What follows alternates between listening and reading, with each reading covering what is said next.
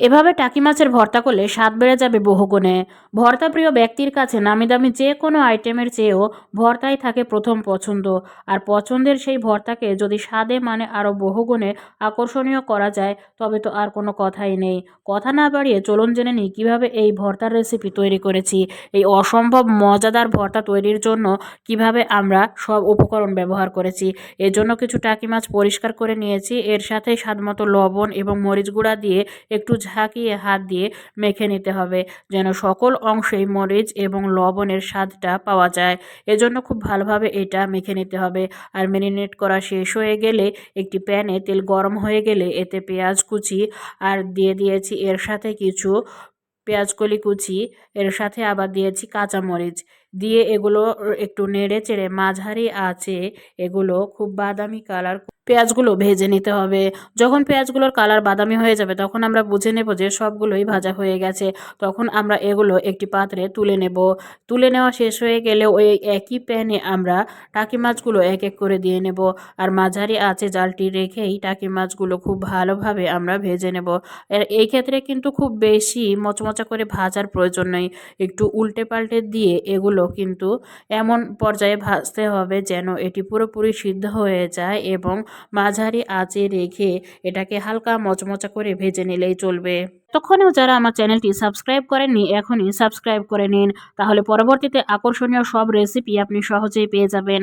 আর যারা Facebook page থেকে দেখছেন তাদেরকে বলছি অবশ্যই পেজটি ফলো দিয়ে রাখুন। দেখুন টাকি মাছগুলো ভালোভাবে ভাজা হয়ে গেছে। আর এগুলো যখন ভাজা হয়ে যাবে তখন এক এক করে এগুলো নামিয়ে নিতে হবে। আর যখন এগুলো আমরা নামিয়ে নিব, নামিয়ে নেওয়া ওই একই প্যানে আমরা আবারও কিছু টমেটো ভেজে নেব।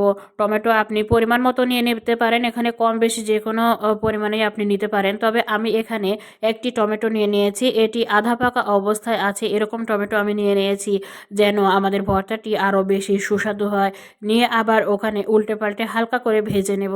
যখন টমেটোগুলো ভাজা হয়ে যাবে তখন এগুলো আমরা এক এক করে নামিয়ে নেব।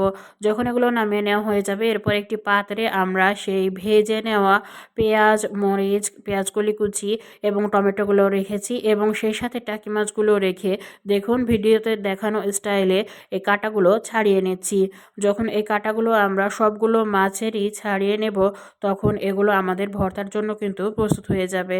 দেখুন কিভাবে আমি কাঁটাগুলো ছাড়িয়ে নিচ্ছি, খুব সহজেই কিন্তু মাঝখানের কাঁটাগুলো সহজেই ছাড়িয়ে নেওয়া সম্ভব। এভাবে আপনিও কিন্তু কাঁটাগুলো ছাড়িয়ে নিতে পারেন। এরপরে আমরা কাঁটাগুলো যখন ছাড়িয়ে নেওয়া হয়ে যাবে তখন আমরা এগুলো ভর্তার জন্য দেখুন আস্তে আস্তে আমরা এগুলো ভর্তার জন্য হাত দিয়ে খুব ভালোভাবে চটকে নিচ্ছি।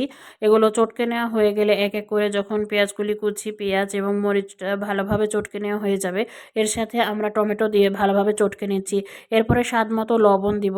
আর সবচেয়ে মজার ব্যাপার হচ্ছে এখানে আমরা কিন্তু কোনো সরিষার তেল ব্যবহার করিনি। সরিষার তেল যে কোনো ভর্তাতেই কিন্তু পারফেক্ট, কিন্তু আমরা এই ভর্তাতে সরিষার তেল ছাড়াও এতটা সুস্বাদুভাবে তৈরি করেছি যে আপনি নিজে যখন এটা করবেন তখনই এর স্বাদটা বুঝতে পারবেন। তো আমার এই ভর্তাটি আপনার কাছে কেমন লাগলো? যদি আমার ভিডিওটি ভালো লেগে থাকে তবে অবশ্যই লাইক দিবেন আর আপনার মতামত অবশ্যই কমেন্টে জানাবেন। আল্লাহ হাফেজ।